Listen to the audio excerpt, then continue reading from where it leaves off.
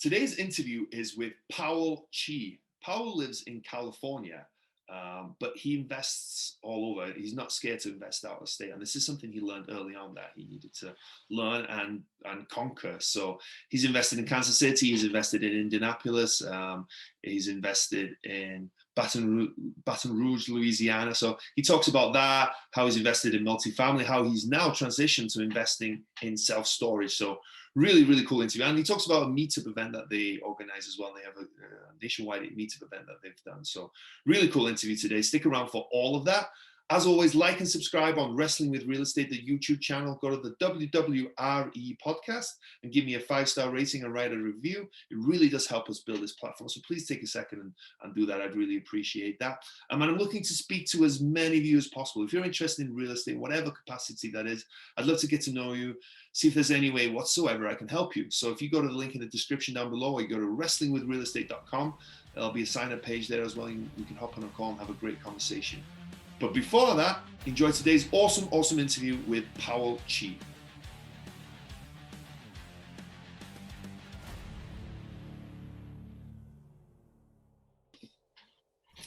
Hello and welcome to Wrestling with Real Estate, where we look to chokeslam all your real estate problems. I'm your host, former WWE wrestler and now Cirque du Soleil performer, and of course, multifamily real estate investor, Barri Griffiths. Now, today we're joined by Powell Chee. How are you doing, Powell?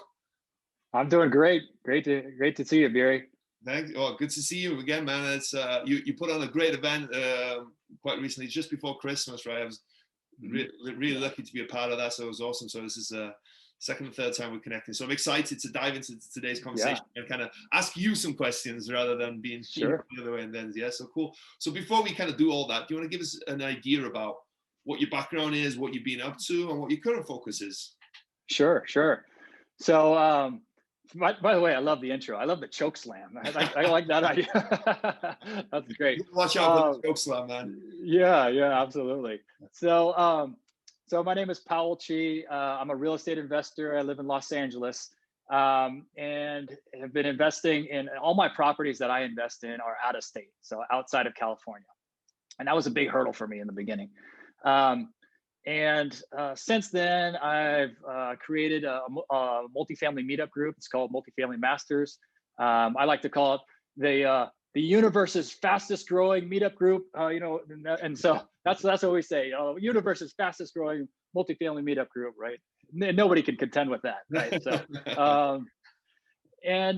I started that group. It's an exciting group to be part of, and certainly happy that you've met a bunch of the people in there and great people inside of the group. And then in terms of investing, I invest in multifamily properties. I've been involved in 7 different properties and 5 different syndications, a JV, and one I did by myself. And more recently, I just recently closed on a self-storage deal. So that is my first self-storage deal, and I actually just closed it just a couple of days ago. So yeah, that's what I'm working on. Cool. So you don't know what ET is up to. ET might have his own meetup on one of these other planets. You don't know what's going on. Until he comes down and can prove it, then I'll back off. But then I'll say on the second back. But you're right. The Multifamily Masters group is a really good group, so anyone should check that out. You do a monthly, a weekly. I think it's for people. We do. We've done bi-weekly Zoom calls with a large community. But every chapter, so we have over 50 chapters across the United States and even one internationally, one in Hong Kong. And so each chapter will do their own meetup as well, probably monthly or every couple of weeks or so. So we have many different events going on during the month. So all kinds of Zoom calls. Previously, we were all doing them in person, so they were all in person and maybe a few Zoom calls. Now everything's virtual, so everybody's doing all these virtually. How do you get started with that? How did that all come about to get to that point? Yeah, so different ones. Yeah, we started with one, right, and never thought about growing it to 50, right? I was just, I got an idea from a friend of mine. So I don't know if you know Rod Cleef, but he's a friend of mine, and he was talking to me about. I knew several people here in LA, and he's like, you should start a meetup with these people here, and I thought, that's a good idea. Like I could start a meetup, because I want to meet other people that are doing this. Really is why I started. I didn't know any other people that were doing real estate, multifamily real estate out of state, so outside of California. Sure, there's a bunch of meetups here about real estate and flipping and whole house wholesaling and things like that. But I didn't know anybody who was doing multifamily and then doing it out of state, right? So that's why I started mine. Started with a group of 8 of us just sitting around a table in a hotel lobby, and we didn't really tell the hotel. We just kind of just showed up and just started, sitting in there in the lobby. And then about 2 weeks later, after doing that for 2 weeks or so, or maybe it was 2 months, they're like, I don't think you guys can come here anymore. So then I was like, okay, we're big enough now to find a place. We started with 8 people, and then it grew to, like, the second one, I think it was like 12, and the third one was like 22. And then it just kind of grew from there in terms of just people attending. And I would say 6 months later, started two other chapters around here, different parts of LA. And then a year after that, opened up, I think, a total of 9 chapters all around LA. So it's all around Los Angeles. There's 9 different locations, right? Because in LA, people don't want to drive more than a half an hour anywhere. Right? Say I can drive a half an hour, but if that thing's 45 minutes away, I don't really want to go there. So and LA is so big that just going a half an hour, you didn't get anywhere. You only got like 3 exits on the freeway. So it's like all the traffic and everything, right? So yeah, got to about 9 chapters, and then from there partnered with one of my friends, and really a couple of us just sort of took the leads, and then it basically exploded, and we started adding chapters throughout the whole United States. Instead of just Southern California, it's like all over the United States now. So Orlando and Baltimore and New York, New Jersey, and Denver, and parts of Texas and Seattle, all over the place. So and then international, people are asking about, hey, can I start one internationally as well? And we're like, hey, we'll help you start one. So that's kind of what we did, is like just saying like, hey, if you're interested and you like who we are, you like us as a group, and you think that it's a good culture fit, then let us know, and we can help you start your own chapter, and we can help drive traffic your way. And if you'd like to be part of our culture, and so we've grown really fast. Yeah, that's but a meetup is a great event, right? To kind of meet people, to spread information. Like for the host, for one, he's meeting people, but for people who want to learn, right? You meet people doing it, and you never know when you can strike a deal, or something can happen, right? So meetup events are phenomenal. But how do you help? So you help people, right? I think a lot of people should consider starting their own meetup for sure, right? If they haven't, they should definitely consider. How do you guys help people do that? And what do you kind of advise people starting out on how to? Sure. So, I mean, first of all, we have a ton of experience of doing it, right? We have so many different people that have done it in different ways. So whether that's either starting virtually or starting in person, just the types of things that you would need, what type of support you're going to need, just help with the planning, right? And then we have a brand now, right? Before before it was a smaller brand of just Southern California based, but now we have a brand where it's like we can help people in your area, drive traffic your way, right? And the good thing is that people wonder, well, why wouldn't I just start my own and just have my own, right? And it's not like it's a big cost. We're not really charging really people that much. We basically just charge the amount that is to set it up, right? So it's not really any more to set it up with us or by themselves. However, the difference is that, say you're an investor, right? Like I have a lot of investor friends in California, right? So at my meetup, there's could be anywhere from 40 people come to the meetup, right? They know that all my investments are out of state. So they're interested in how do you invest out of state? So the second thing is they're going to ask, where am I going to invest, right? So I'm going to point them to a multifamily masters group that's based in Birmingham, Alabama, or Dallas, Texas, or somewhere, or Austin, Texas, or Orlando, Florida, so that I can say, hey, there's a group over here, then they do that. You might want to meet with that chapter leader and understand who are those people there that are doing things.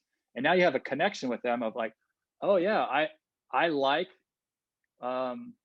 Virginia and I want to invest over there, but I live in California and I don't know who the property managers are, and I don't know who can help fix this thing and who can evaluate the deal, right? But now I can connect you with the chapter over there and they can help you out. And now you have a lot easier time of doing this and being successful than you would just doing it on your own, right? And if you're just on your own, you only have your own meetup and you're based wherever you're based in Phoenix, Arizona, sure, you can attract people that are probably in Phoenix, right? But there's a point where like you're not attracting necessarily people that are from all over the United States, right? Just to go to your meetup, right? It's really not going to happen. So this is where we kind of bridge the gap, is that we can bring in people from all over, basically all over the world now to help, funnel things your way.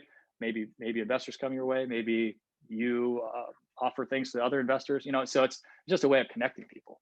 Yeah, that's cool. That's cool. I like that a lot. You said that so when you started investing out of state, right? And my guess is, and most people's would be, is that where you lived in California was just too expensive, right? Was that the case?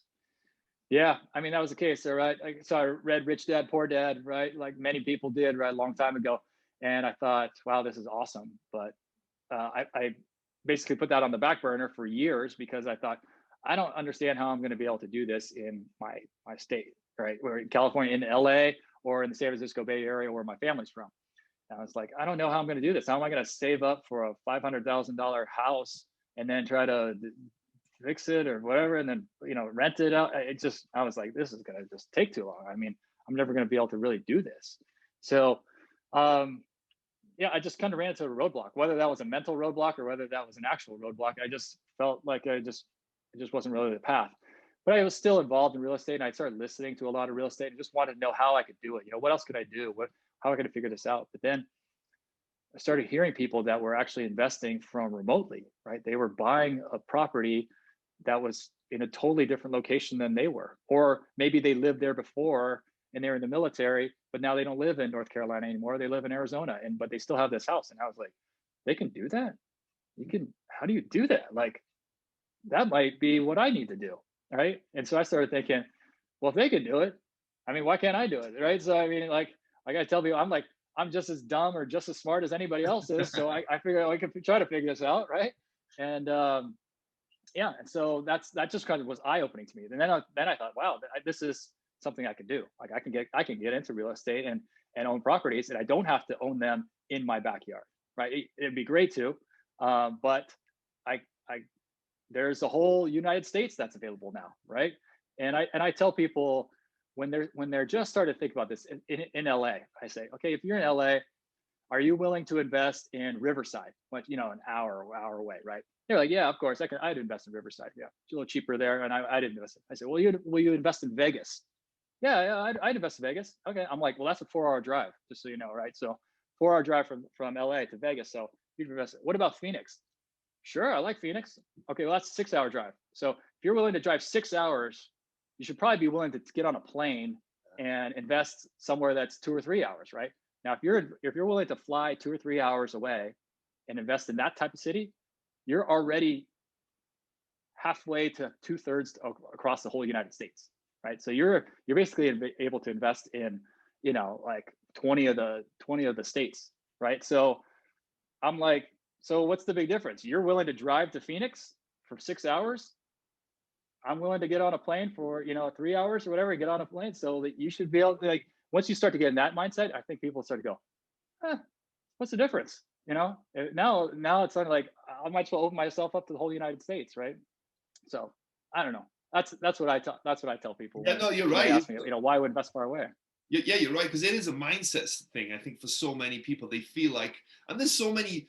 You hear this at time. There's certain things you hear time and time again, right? That's a mindset hurdle for a lot of people. And this investing out of state is for so many people is like, I need to see it, I need to touch it, I need to go there every day or whatever, right? But for a lot of times, I think that's actually worse. I heard a lot of investors say that they've invested where they've lived, and that's been worse because they want to go there all the time. They want to drive by. They want to, be there every day when the contractor's doing work, and it just consumes your time. Whereas if you're able to invest out of state and then you're able to learn that skill of how to do that, that frees up so much of your time, and it also frees up the ability to go wherever you want, right? So if you're in, say you're in your hometown and that you invest there and you learn that skill and you're in wherever you invest in your backyard, but then what happens if that market changes? Then you need to go somewhere else. Well, you don't have that skill, right? Whereas if you invest in another state and you've learned that skill, that city or state changes and you're like, okay, this is not a good place. Well, you have that skill. Let me go somewhere else. Oh, that doesn't work. Let me go somewhere else, right? You have that skill, and what that skill is, it's repeatable and it's so usable time and time again, right? Yeah, and it just opens you up, right? Because if you're just 2 hours away from you where you are, and you're only going to invest 2 hours away. Sure, in LA, there's a lot that's big, right? But that's not as big as the whole United States. There's a lot of the whole United States that you could invest in, right? And so I just kind of look at it as, once you get over that mental hurdle, it's like, what's the difference? 3-4 hours on a flight? 4 hours on a flight, you're already basically 90% of the United States, right? So I mean, at that point, you just say, I'm willing to invest in the whole United States because, 4-hour flight, I'm okay with that. What were you initially investing in? Was it single family homes? On which market Yeah. did you go to? Yeah. So the very first one was a single family house. So I bought a single family house in Kansas City, right? Mm-hmm. So living in LA, bought it in Kansas City, 2.5 hour flight or 2 hour flight, right? So bought that one and was very excited about it. It actually did really well. I sold it, I don't know, maybe a year ago or so, about a year ago. And it was a great deal, but it really opened my eyes to, hey, this is really possible. First of all, you can invest out of state. That was proof right there that you can invest out of state and this can happen.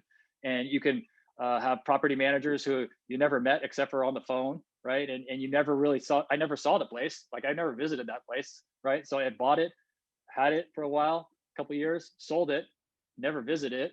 The only time I ever saw it was on a picture on Google Maps, right? That's the only time I really saw it. And but I would say quickly after buying that, I started realizing, to me, it wasn't scalable enough. It was just like, I started thinking, I'm like, wow, I'm going to have to really buy a lot of these houses, and a lot of this transaction takes a lot of time. And the way I did it was kind of sketchy. And I don't know, it was like, did with a lot of credit cards and, taking money off this. And I was like, I don't think I want to do that again. So I just don't think this is scalable. I need to do something that's more scalable. So I quickly, right after that single family house, decided I'm going to go into multifamily, going to go into apartments. And so then I was buying apartments in the apartment space for I guess since then, right? And that was 2017 is when I bought my very first one. So January 2017 is where I bought my very first multifamily, but a year before that, so it was actually November of 2015. So a year and a couple months before that was when I bought my first single family house, right? So what was your first multifamily property that you bought? What size was it? That was a 40 unit building. Indianapolis. So I bought that one in Indianapolis. Okay. Yeah. So I bought that one in Indianapolis. So my markets at the time were Indianapolis, Kansas City, and Memphis. So those were the three that I was looking at. And I was, the way that it came about was I was looking in all three of those cities, looking for different, looking around apartments and trying to find which one I think that I could buy. And I thought, if anything pops up in these particular cities, I feel comfortable enough to buy in these cities. And then Indianapolis is the first one that popped up. And so, I jumped on that one right away. It was like, it's kind of like a weird, I guess it was kind of hidden. I don't think it was meant to be hidden. It was just not listed very, very well, right? So it was listed on this like very, very small sites that most people wouldn't really find. I truthfully don't even remember how I found it. It was from like clicking a lot of click the broker's name and then click their brokerage and then click other things. And I ended up on some weird website that I had never saw really before. And I saw this property, I read it, and I was like, is this real? Because if it's real, it's, I think, a really good one. I want to check this out. And so I just called up the broker right there and said, I saw the listing, just wanted to see is this property available? If you could tell me a little story about it. And she's like, yeah, it's available. We just had it up for maybe 2 weeks. And I was like, awesome. I was like, let me get the financials on this and I'll evaluate and get you something back ASAP here. So that worked out, and it was able to put that property under contract pretty quickly after that. Were you investing by yourself at this point? Or did you have that one was by myself. So how did you know how to evaluate a deal? How did you know what you were doing essentially, right? Had you had any training? Had you had any mentorship, or were you just flying by the seat of your pants at that point? Yeah, so I did have some mentorship. So I bought some paid programs right at that particular time. So I did have I bought a paid program. It wasn't, I would tell you that it was the very beginning step of the full mentorship, right? So it was like the $100 program, and but it taught you how to evaluate the deal, right? So that was the important part. It gave you a way to evaluate the deal and a tool to use and figure that out, right? So I learned that, and I was able to basically put that property under contract and buy that property with just the introductory course. It wasn't even like I didn't even meet anybody or talk to anybody really yet. And eventually I actually bought the full course just because I was like, I feel like I kind of ripped this guy off. I was like, I didn't even buy his whole course yet. I already got a deal. Like, so I just bought the whole course, and I was like, I just watched the modules, and I was like, that was it. So I kind of felt like I kind of owed the guy like some money, because I was able to buy a property just with his, with his introductory, $100 course, right? So. You're probably thinking multifamily is easy. I paid $100 for this course. I already got a 40 unit. I'm going to be at 4,000 units by the next few years. Yeah, go ahead. Yeah. I mean, truthfully, like I was a little bit of a lone wolf at that time, right? Lone wolf, bought my own single family house, own property, own multifamily. And I quickly found out really that I was like, I don't really like to do this by myself, right? And that was the big thing. I was like, I can read forums, I can listen to podcasts and try to get things, but this is a specific property that has specific issues and problems that I need to deal with that are not on a podcast, right? You're not going to get the answer from listening to a bunch of podcasts. You have to know, you have to figure out how to do it, with this specific property. And then the other thing was, right at that time, I also since I didn't really have much of a network, that's why I started the Multifamily Masters meetup, right? Because I thought I need to find other people who are doing this, right? Other people in real life, not just on a podcast or somebody that's I'm reading on a forum about what they did. I need to actually reach out to real people and get in contact with real people. So I realized pretty quickly, though, that multifamily is, for me, it was boring to do by myself, but it was also like, you don't learn as much yourself, and you will run out of money. There comes a point you're just like, you're going to run out of money. Even if you're just doing this by yourself, it's like, eventually you run out of money, and you need to be able to partner with people that can help you out and get other properties, right? Yeah, exactly. And the thing with multifamily as well, there's so much stuff that goes into it, right? You don't want to do everything, right?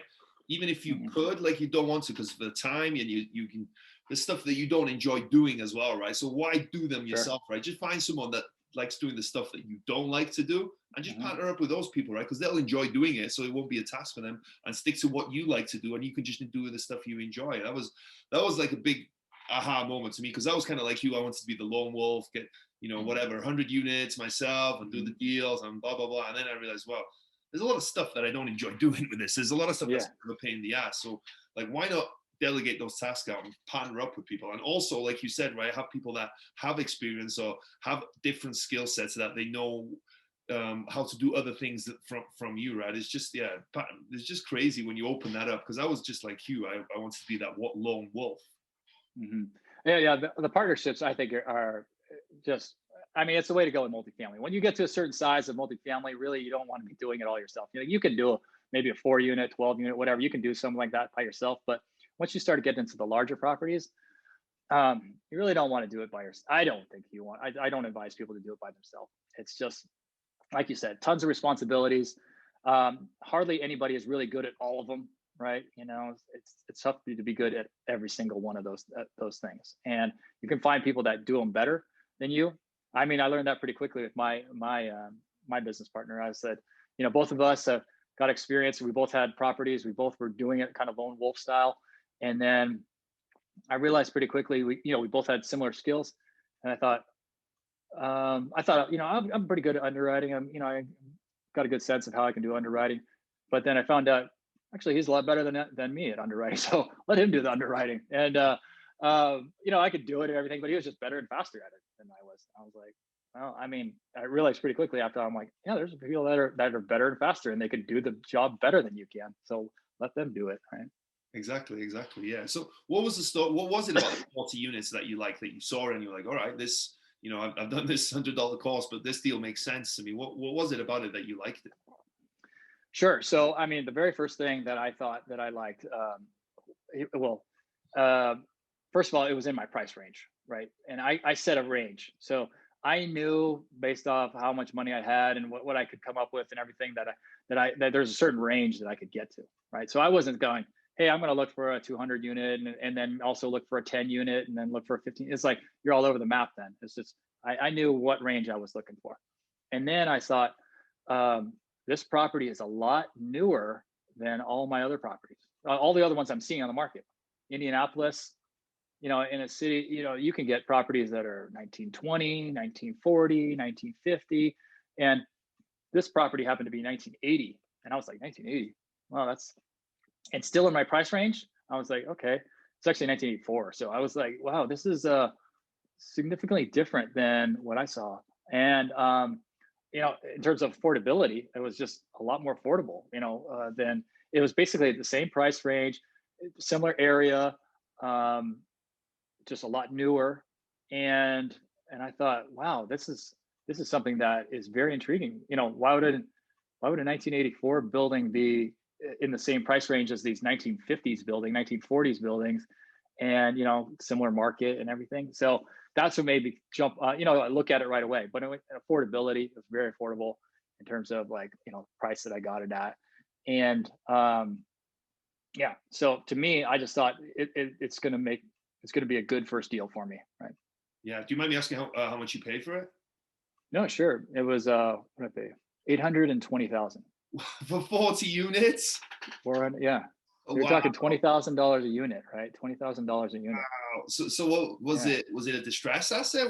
Did he need a lot of renovation? Yeah, it's distressed asset. Yeah. So distressed. I mean, I'm literally still going through and stabilizing property. I've had this property for what's now 4 years. There's still stabilization happening, right? So it's taken me a long while, and it's a big learning experience for doing your very first one.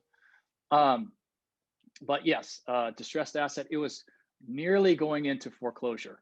The bank was pretty close to taking it back, and the seller was very motivated to sell it. And I happened to be that person that sent him the first offer that he was willing to accept. And and the bank was like, okay, yeah, well, my lender was willing to lend on me, and they put some kind of restrictions on me because I was first time getting a multifamily property, and so they put some restrictions on me that were probably not the best, right? And it was like, I'll give you an example. It was so the loan was 25-year amortization, but it was a 1-year term. Wow. Right? 1-year term. And they were they were confident that they're like, hey, you'll be able to renew it. Assuming you make all your payments and everything, you'll be able to renew it, right? And we'll get you a better loan the second time around. And after you get some tax returns, then we'll be able to, get you better terms. So I was like, I'm doing it. Like, 1-year loan, or whatever it is, I'm going to do it. And so, yeah, I did it, made all my payments. And then the first year came around, and when I bought it, I didn't have, when they were going to renew it, I didn't have any tax returns yet, because it was like, they're going to renew it in January, right? So I didn't have any tax returns yet for that full year. So they're like, well, you don't have any tax returns, so we'll renew you for another year. I was like, all right, that's fine. And then at least I'll have at least 1 year, maybe 2 at that particular point. So renewed it again, and 1-year term, right? And then they just, after that, they saw my tax returns, and then they go, okay, now we can kind of give you a longer term. Let's give you like a 5-year term, right? So banks are typically a 5 years. And so, yeah, so that's what it kind of sits on right now. It's like, a 5-year loan, or 5-year term with 25-year amortization. But in the beginning, it was a 1-year term. And then it was renewed for another 1 year, right? Before I got into a 5-year term. A 5-year term. I've never heard of a 1-year term before, but I guess I can understand why they would do that, But yeah, and I don't necessarily recommend that people go with a 1-year term, but it's just, for me, I was like, I'm just like, I'm gonna do it. Like, I'm gonna make this happen. Like, you give me that 1 year, I'm gonna make this happen. Like, and they did put a lot of other restrictions on it, so they made the other process pretty easy. They just kind of gave me some tight terms in the beginning, but they did put on reserves, and they didn't have anything like that. So, so it's been pretty good ever since. It's been a good relationship with them. Yeah, but so again, did you go and view this property before you bought it? No, Well, okay. Before I bought it, yes. Okay. Before I put it under contract, no. So I put it under contract, and then I flew out there, right? And so I put under contract, got an inspection done, right, and then met the inspector there after he had finished and had some report to give me, because I didn't want to go there and just look at a property and not know, like, what am I looking at? I need to, I need somebody to tell, what am I looking at? You're just gonna, I just got this property under contract. So, so the inspector had done his, knocking and went through every door, looked at all the mechanicals and the roof and everything, and then he met me with a big pamphlet of 150 pages of, here's your report. And at that point, I also met my property managers out there and had narrowed them down at that time and walked the property with them and everything. So it was, but to answer your question, did I see the property? I put it under contract before I saw it. And then I saw it before I bought it. But, right. And typically that's what I'll do. That's what I do. I don't usually go and see the property until it's under contract, unless I'm almost like required to, in order to get the property and feel like it's necessary.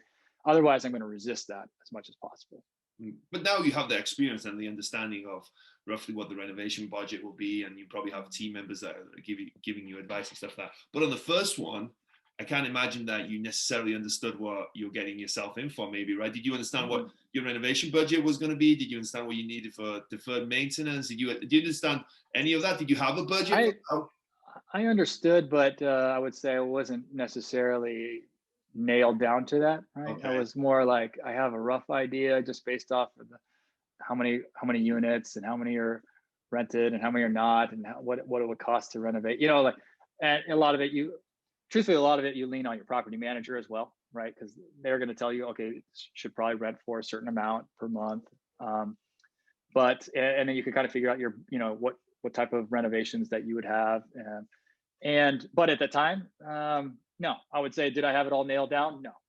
I was just kind of like, hey, let's just jump in and I'm going to figure out, I'm going to do this, right? Like I told you, I'm just as smart as anybody else. So, I could figure it out. And truthfully, also, I was like, this is my money. So I feel like if I mess it up, I'm not screwing over some investor who trusts me, my friend who I grew up with, right? I'm not screwing over them with their money, because I don't want to do it. It's like, it's my money. I trust myself and I can get it done.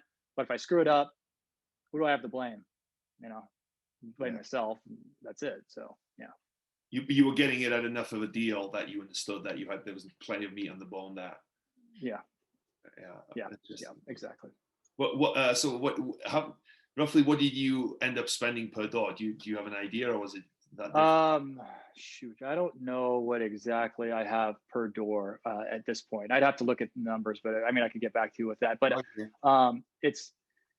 It's at a point now where I have to, I'm spending probably to renovate a unit about $5,000 to $6,000 per door. And these are like major renovations. These are like, I would say major renovations as in I'm doing some kind of backsplashes and stainless steel cabinets and hoods and things. It's not like that. This is it's like basic, kind of like lower income type of housing. So it's not fancy at all, but the place is basically taking over units that have not been turned or any money put into them for over 10 years, at least, at this. And so they are hammered at this point, right? You're not salvaging hardly anything. So you're not like going in there, oh, I'm just going to paint the cabinets and put little knobs on the cabinets and make them look nice. It's like, no, you need whole new cabinets. You need whole new appliances. You need a whole new carpet. You need a whole new bathtub. You need all new fixtures. You need a whole new all that stuff. So although it's not the expensive grade of all that stuff, it is a whole new of everything, because those units are basically, when they're turned over, the tenants have been really hard, and they've had them for years. Yeah, interesting. So what was next after that one then? So that was I'm sure a big learning experience on that one, right? So not only like 40 units on your first deal, but something that needed a lot of work, that had some distress. If the guy's getting close to being foreclosed on, I'm sure there's a lot of distress. I'm sure there was a lot of learning lessons on that one. Yeah, there was a ton. I mean, there was a ton. I mean, and there, honestly, like I said, I still have it right now. So it continues to be, learning experiences, right? Because I've gone through several different property managers. I went through in 2020. I had four different property managers in 2020, Wow. And it's not all of it didn't all work out. Not necessarily that I just fired three of them. It was just like some of them just decided like, it wasn't for them. They just didn't want to manage it at that particular time. And then there's other ones that were just transitioning other things. So, but it was anytime you have a property management turnover, your tenants, getting sort of it's like stepping on an anthill. They get all crazy all of a sudden, I'm like, well, who do I pay? And I don't pay. And I already paid before and I prepaid this, and like, you're kind of scrambling and, you incur a lot of delinquency and bad debt and things. So I had to go through that 4 times all during COVID. Right. So it's, so I'm on my 4th property manager right now. And right now I think they're doing a good job. So, I mean, it's all day to day, but they've only had it for, a month or 2 at this point, but I feel good about them. What caused there to be so much turnover in property management then, do you think?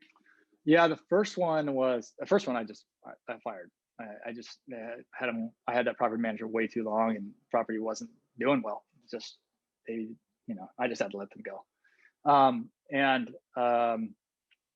second one took it over, but one thing is that they originally, when I hired them, they had I had my own maintenance guy, and they were like, yeah, you can have your own maintenance guy, that's fine.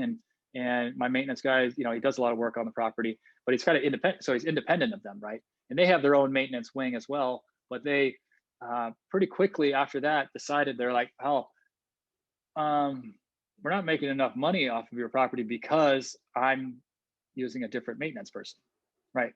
And so they're in essence, they were like, we can't manage your property anymore because simply that they're not making enough money off of it, just based off of the management fees, right? And I was like, you told me you could. I mean, like I told you before, I had my own maintenance guy, so you're not going to do the maintenance side of it. But didn't work out for them. And in a good way for me, I really kind of found out like, hey, maintenance. If you talk to any property manager that people that own property management, they'll say maintenance where they make up a lot of the money, right? It's because they just make up a lot of money on that maintenance side. So I was kind of glad, truthfully. I was kind of like, even though they kind of told me and they were like, oh, we can't manage this anymore. And it was kind of a scramble for me to go get somebody else now.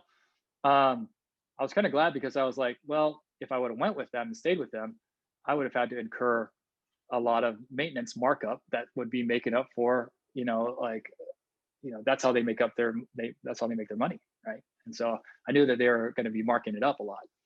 So, so they left. I had somebody else come in, and her property manager. She did really well. I liked her. She did really well. But it's kind of a smaller operation, and I think that they just weren't really well suited. I guess to me, I think that they just decided that they weren't well suited to manage my property. Now they were doing a pretty good job, and I was happy with them, and I liked the way that they were doing. So we parted on good terms. They just said that, in terms of, they're just not really set up, and that's not what they wanted to do, is to really grow their property management side. They wanted to grow a different side of their business. And then, so they kind of passed me off to another property manager that they had already kind of negotiated would take over their portfolio. And so I'm with this 4th one right now. And and so it's like, so it's, a whole new thing. But I'm happy with what they're doing so far, so I would say, so far so good. I'm happy with them, and we'll see how it goes. But I do have some, based off of early indications, I do feel like we're off on a good foot right now. Good. Yeah, that's a testing time. We're going through 4 different property managers. I'm sure that wasn't that much fun. I'm sure. Yeah. When did syndication come in for you then? When did you start syndicating? Yeah, so I would say 2019. So I bought this property. So Indianapolis property we talked about 2017. I bought another one in 2018 in Indianapolis. That was a joint venture. And I started getting into syndications in 2019. So January 2019 is when I really started to get into syndications. So if you take it like, hey, I bought my first property by myself, under tons of learning, right? Figuring out what's going on.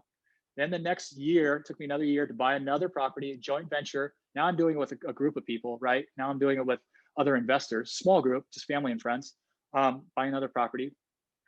And then a year later, I decided I'm going to move into more of the syndication role, right? And get involved with the syndications on larger properties, right? So now we're talking at 100 unit plus, right? And that's where I really started to realize, hey, there are certain specialties and strengths that I might have and strengths that other people have that I can really start to focus on my strength instead of doing everything. Because when you're the person doing it by yourself, you're doing everything.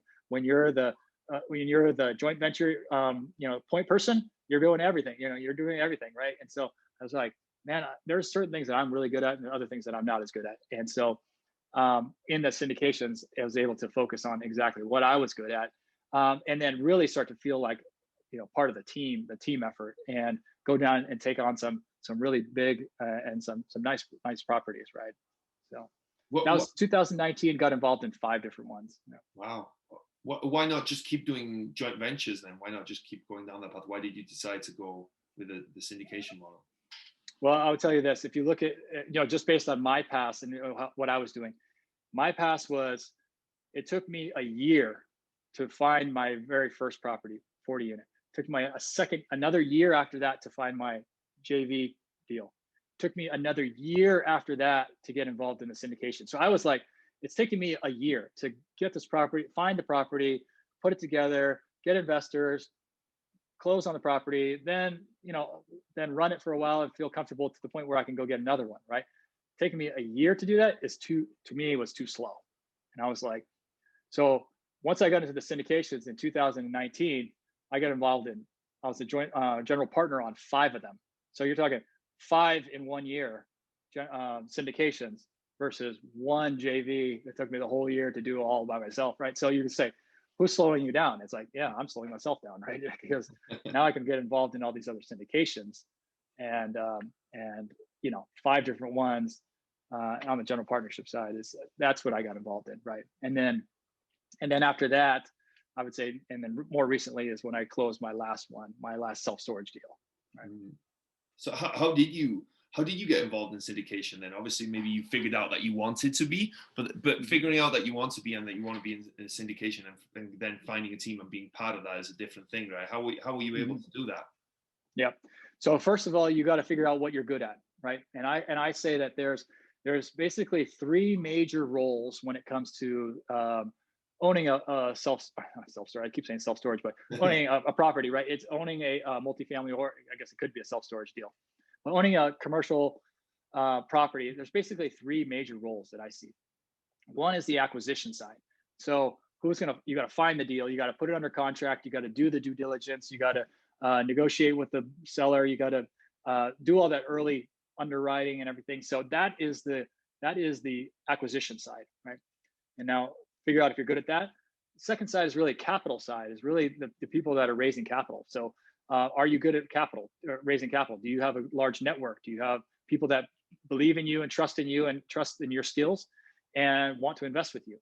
And the third side is the operations, like who's going to actually run the deal for the next 5 to 7 years, right? Who's going to be the one deciding whether to fix, to paint this or fix the pool or do the parking lot, or when budget goes up and down and COVID happens, who's the ones that's deciding, who to put the brakes on the projects or not, right? And distributions go out or not.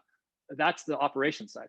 So you have to really, what I found is like figure out what you're good at, what it is you're good at. I happen to be good on the capital side. I have a pretty good network of people and people that trust what I was doing and believe me. And then my secondary strength was the acquisition side. It's pretty good at the acquisition side.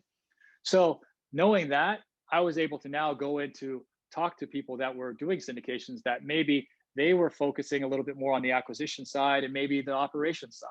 And I could say, hey, I can come in with help with the capital as well as the upfront due diligence and help, acquire this property, right? And then, so that became a certain skill that those people found useful and felt like, hey, I would like you to come on my team, help me out with the capital side as well as the early due diligence side, right? And then they will take over the operations. And then so that leaves me, okay, so now I can continue this process, repeat this, and do it with multiple different syndications that are happening with, you know, basically at these times with a lot of my friends that are doing syndication. So I can get involved in their deals and really kind of be very specific of what is my expertise in helping them out with their deal, right? So I think that's the way to go, is to figure out what you're good at, right, and then bring those skills to that particular group that you're looking to get involved with, and tell them how you can help them, and they could see it, getting this worked out and getting in on a deal with them. Yeah, that's such a good piece of advice, right? Because if you don't bring anything, why would anyone have you on board, right? If you've got nothing to add, right? And if you don't know what that is yet, and you don't have that yet, figure out what you think it could be and learn that skill, right? If it is asset management, or if it is acquisitions, right? Or if it is capital, bringing capital to the deal, figure out how to do that, and then try and join the team. Don't bring nothing and be like, hey, I want to do syndications. Figure out what that is. So, and that's great that you figured that out as well, and you realized, okay, I have a strength in bringing capital to deals, and some of the early acquisitions. Let me bring that to the team, and I know I can add value. So that's cool. And that kind of brings us full circle, I guess, back to the self-storage that you mentioned earlier. Tell us about that one that you guys just closed 2 days ago, I think. I saw on your page where you recently closed. Just 2 days ago. So I would tell you, like, people ask me, like, why self-storage and why things like that, right? So all of my focus before was multifamily, right? And then what happened with everybody in the world, like COVID hits, boom. And then it's like, there's all these question marks, right? Eviction moratoriums, stimulus money, job loss, record low, stock market crash, all this kind of crazy stuff, right, going on. People don't know whether we're going to come out of it when or not. And because I talked to you a little about my business model being remote, right? That I'm a remote investor. I don't invest in one specific city. So the people that I saw that were really able to kind of take advantage of maybe any early distressed properties or anything like that were buying early in COVID were people that were very familiar with their one market. Like, they knew their one market very well. And that's not my business model. My business model is not knowing one specific market, knowing all the streets and all the neighborhoods, and I drive it every day. That isn't my business model. That's not what I do. So I knew that I was going to have no chance really at buying these other potentially distressed properties, maybe getting them on a discount because of issues with COVID. And so I said, I know that I'm not going to be able to buy those properties to compete, because I just can't. I can't get out there, and I don't know that city that well. They also realized, because I realized that, I said, I'm not going to buy any multifamily I know for at least 6 months. And at least 6 months go by, I'm not going to buy any. And so what am I going to do? Right. So I've liked self-storage for a while. I didn't know how to evaluate it. I've looked at deals, but I was like, I don't know what I'm doing. I don't know how to buy this stuff. I don't know what I'm looking for. So during this time, I had basically 6 months of me just going, now I could just pour all this energy into self-storage deals, right? And so I learned it, got paid for coaching and all kinds, learning the process, podcasts, books, all that stuff that I just went through with multifamily, talking to people, getting on the phone, and then I started realizing, okay, I could see how I could do this and why I want to, right? Because self-storage has there's some differences with multifamily, right? It's not the exact same thing. It's like it is a little different. There's a lot of similarities, but there's things that are different. And one of the major things is that when you're going through multifamily right now, it's like you're going through a lot of evictions, right? And there's a lot of moratoriums and laws and things that come down with CDC regulations about evictions. Well, that's not the case in storage, right? You're not under eviction laws, you're under lien laws. And lien laws protect people's stuff. And protecting people's stuff is not as important for people who don't pay than it is for protecting people where people live, right? So if you don't pay for your stuff, the laws are not really truthfully in your favor. It's like, you don't pay for your stuff, you're going to end up losing it, right? That's what happens. So pay for it or get it out, right? And that's what happens. Even in the more liberal, sort of the blue states, the lien laws are a lot more lenient, or a lot more, I would say, pro owner than they are for a tenant, right? So that's just one example. But so storage has certain advantages that I thought like, hey, in storage, there's not a need necessarily to be in person, to have this in-person contact all the time, right? You might have somebody in the office, you might even not have somebody in the office, right? You don't need to have it. And people are going away from having this need of people, people interaction. So storage isn't affected as much by the idea of, hey, we can go all purely online. And so all these kind of advantages made me think I'm gonna get involved in this this asset, right? And so that's what kind of brought me to the asset class. Nice, nice. And then what about this deal that you guys have just closed on? Tell me about that one. Sure. So the deal. So what I did is I said I want to put a found a deal I found it through a broker, right? So everybody asked me, oh, where did you find it, right? I found it through a broker. It's in Baton Rouge, Louisiana, and yeah, contact the broker. Same thing we do in multifamily. Call them up, told them who I was, told them that I could close on this deal, and they love to hear that. And then told them like, hey, I want to put this under contract. So put it under contract in October, and then me and my team, 3 of us flew out there and looked at the property. We paid an inspector, so an inspector was out there doing the early due diligence. And we also paid for a feasibility study, which is in a similar sense close to what the inspector does as well. And at that time, we also had our property manager also walk the property as well. And so eventually went through that whole process of due diligence, looking at the financials. I mean, that's the other side of it. You got to do the physical due diligence as well as the financial due diligence. All that came through clean. My team that I put together was working like clockwork. It's the first time we all worked together, but it was like worked like clockwork. Everybody was jumping in the deal, very excited about the deal. And then I said, then it came to the lending side. The lending I would tell you, the lending is a little trickier in storage. It is not as straightforward as it is in multifamily. So that's a little bit of like, you got to jump through a lot more hoops. You got to be a lot more flexible. We happen to have a private lender on this deal. And so this private lender just said, hey, I'll fund the lending side for you. So we had basically overcome all the hurdles, due diligence, lending. We were pretty much done like almost a month ago. And we were just sitting around just going, well, we're just waiting to close. I mean, we already have all the money is ready and we're ready to go. So it ended up working out really well. And then, we planned to close just a few days ago, and close went through really smoothly. And yeah, we're really excited. So now we have a self-storage facility. Super excited to get involved in it. I'm happy to go into more of the number side. I know kind of general. I went into a sort of a general sense of what the property is, but yeah, feel free to ask any more. Well, why Baton Rouge to start off with? Why did you go to? Yeah, so for me, when it comes to markets, my markets have to be like similar to multifamily, where you want a growing market, a diverse job diversity. You want it to be at least be stable and or growing population. And I want it to have at least 250,000 people or more in that metro area, because I need to be able to fly into that property and fly in and look at the property. So I always tell people, I tell brokers, if I fly into that area, I don't want to have to drive 4 hours to go look at a self-storage facility. Like if it's out there, I don't want it. And so it has to be somewhere I can fly into and get to relatively easy. So Baton Rouge kind of fit all that, right? It's not a huge market. It's actually like the number 100 in terms of size in the United States. But it does have a large population, does a major, the capital of Louisiana, the big LSU, the football team, is there. And so, I just like the area. I mean, I like the city wise in terms of the population stability, job diversity. And I think that all fit well. Yeah. So what was how many units was it, and what was the purchase price? Yeah, so this deal was it's $675,000, right? Which is a far cry from a lot of these like $10 million syndications, $12 million, $17 million syndications.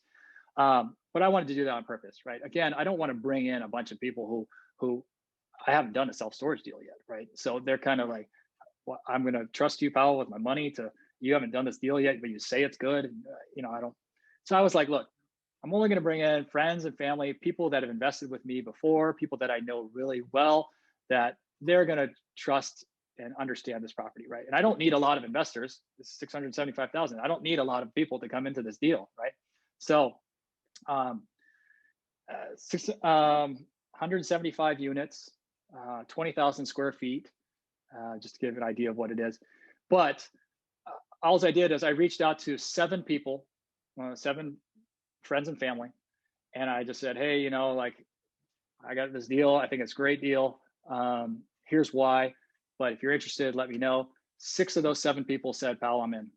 And the next day. So in 24 hours, 6 of them said, yes, they're in. So I was already like fully subscribed once I got the deal. All right. And I already knew. And these are all, like I said, family members, friends that have invested with me before, people that I know. So I wasn't like, I don't know if they're going to actually wire the money or not. I need you to wire the money tomorrow because I don't know if they're actually going to do it. And it's like, I had full trust that they would. So, and yeah, so the property we're really excited about. It has, so I'll tell you, like, the value add piece of it is that it is only 65% occupied at this point, right? 65% occupied, economic occupancy, right? So it's like 70% physical occupancy, but 65% economic. And in our pro forma, we have it going up to 85%. So us climbing that up to 85%, but that's in 3 years. And we have no rent growth in 2 years. So we feel like it's we feel like this property is going to be able to make that pro forma pretty easily and be able to give our investors like a significant payoff. So I feel really good about the property. And we didn't underwrite. There's a lot of different things in there that that additional income that you can get, and we didn't need to add any of those things into our pro forma really at all. Yeah, that's interesting. That's smart though that you decided to on a smaller property get your feet wet, have that experience, learn it, understand it, right? And then also you can tell investors going forward, hey, I've done this already. I've done this smaller deal. So next for you is to do bigger self-storage deals. Yeah, a little bit bigger. So like probably in that $2 to $3 million range, right? I knew I could raise the capital pretty quickly for something like that. So nowadays I'm looking in the $2 to $3 million. I mean, I'll go down to 1. You know, I'll be opportunistic, but I would say sort of in that $3 million range is where I'm looking. And yeah, feel really good about. We went through a lot of the hurdles early, but now it's kind of like, hey, you just got to repeat the process. We already have our property manager picked out. And truthfully, in storage, you don't have to be so regionally based with property management. Whereas in multifamily, your property managers are probably going to be very regionally based. But in storage, you can have property managers that manage throughout the whole United States, and they're just based in one city, right? So it's a little different.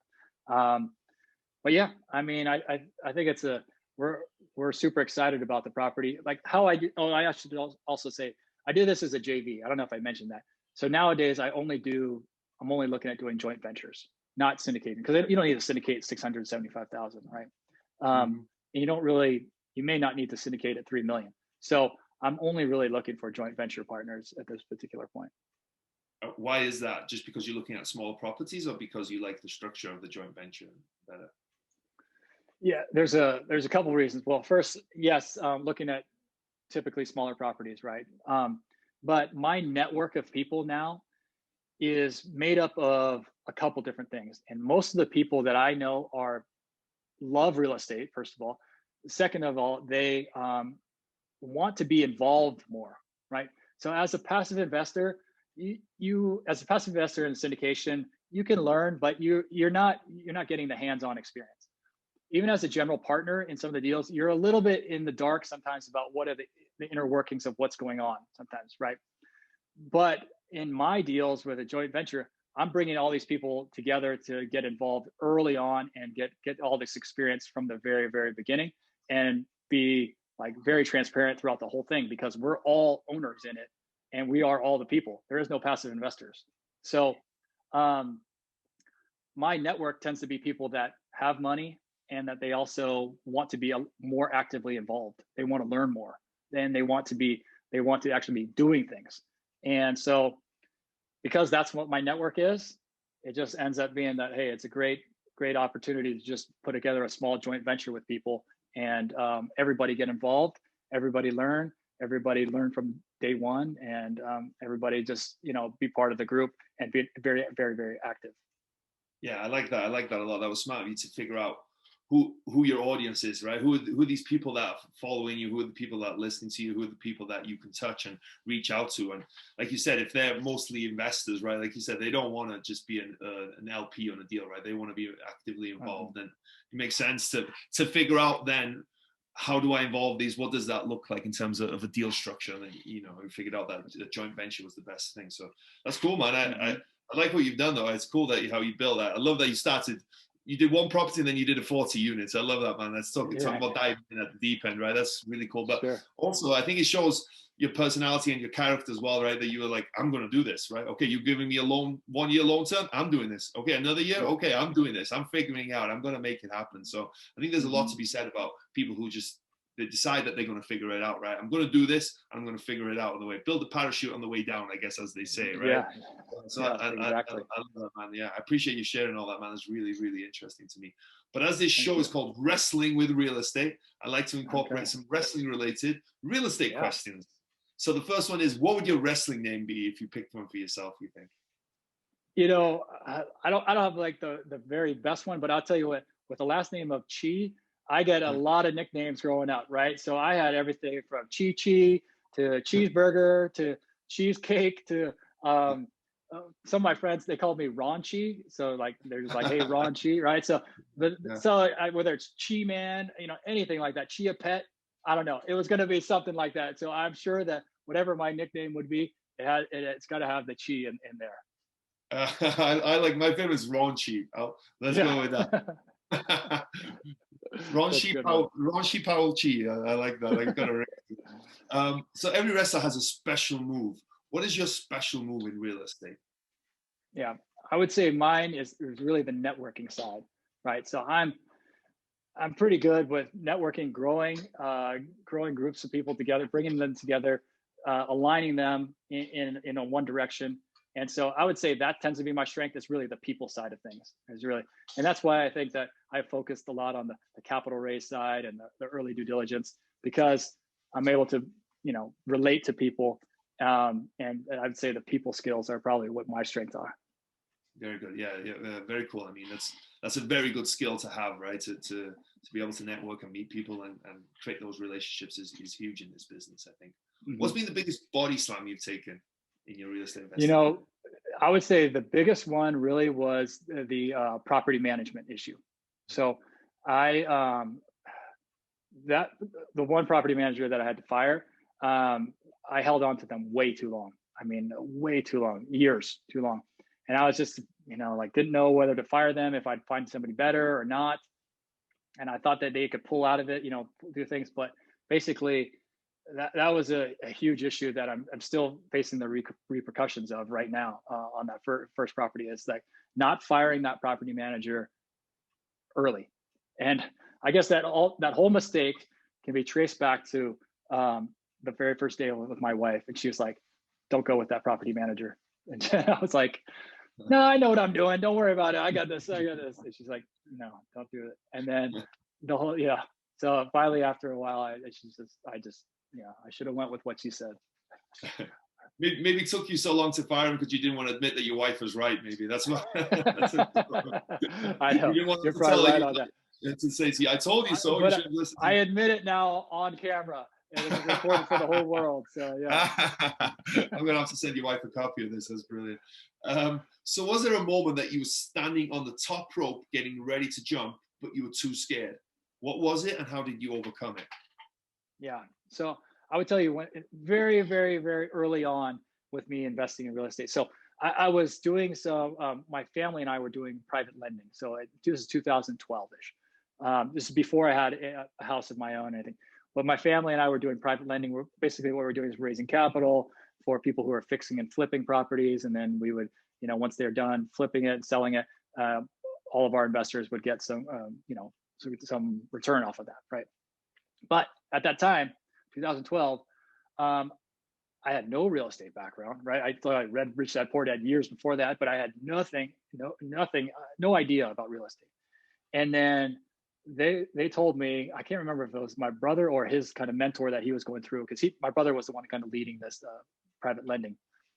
And I think it was maybe his mentor said, hey, tell your brother, which was me, go to a meetup, stand up, and when you introduce yourself as a private lender for people who fix and flip properties, right?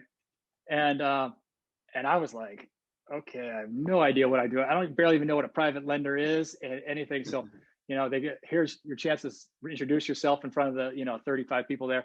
Hi, my name is Powell, Chee, and I'm a private lender, and I lend on people who fix and flip properties, mostly in the San Francisco Bay Area. But I was like, I don't know what am I doing? Like, I'm going to stand up in front of all these people and tell them I'm a private lender. I don't know even really what that means and what this process is and everything.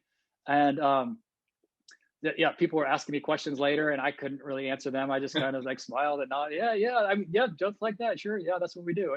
But I would tell you that very first thing, I was like, do I got to do this? Because and it was getting scarier and scarier as the group was getting closer and closer to me, right? I was like, oh, there's only 3 more people. Am I going to do this, or am I just going to introduce myself as like, I don't have no experience in real estate, or do I stand up and just say that, own it, say yes, you know what, I'm a private lender, and so I did. I stood up and just said, you know what, sometimes you just gotta just wing it and go with it as much as you can, and like you said, just kind of make the parachute on the way down and figure it out, right? So I did. I was pretty scared to do it, and you just kind of say that about my in my intro, but I figured, no, I won't die from it, right? It's not gonna. No, I'm not gonna be physically hurt by doing it, so I can do it. Yeah, that's the thing. Like, a lot of times we build this up in our head, right? I talk about this all the time, right? We can create this situation in our head. Like you saying that, what's the worst that could happen, right?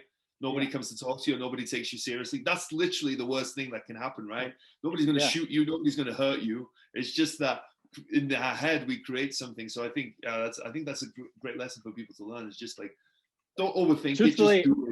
Yeah, truthfully, I do this, and I think you can relate to this too, because I grew up playing sports, and I was big into football, right? And in football, you get hit sometimes, and it hurts, and you're like, well, that really hurt. I hurt a lot, right? And that really does hurt. And so I think of things, and like think of things that are hard, like calling a broker and I don't know who they am, or cold calling somebody, or picking up the phone and whatever it is, or introducing yourself to all these people who you don't know.